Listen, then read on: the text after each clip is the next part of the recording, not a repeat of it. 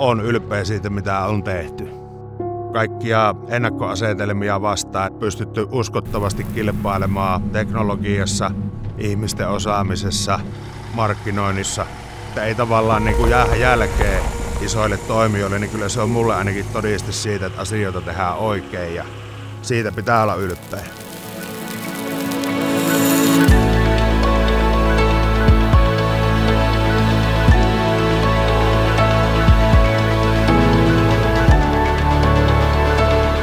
Se on kaupunkikaivostoimintaa, että yhteiskunta on se raaka-aineen tuottaja ja me louhitaan se raaka-aine sieltä ja huolehditaan, että niistä ei tulisi enää jätteitä, vaan niillä olisi aina joku tarina ja jatkumo ja jalostetaan se yhteiskunnalle takaisin käyttöön.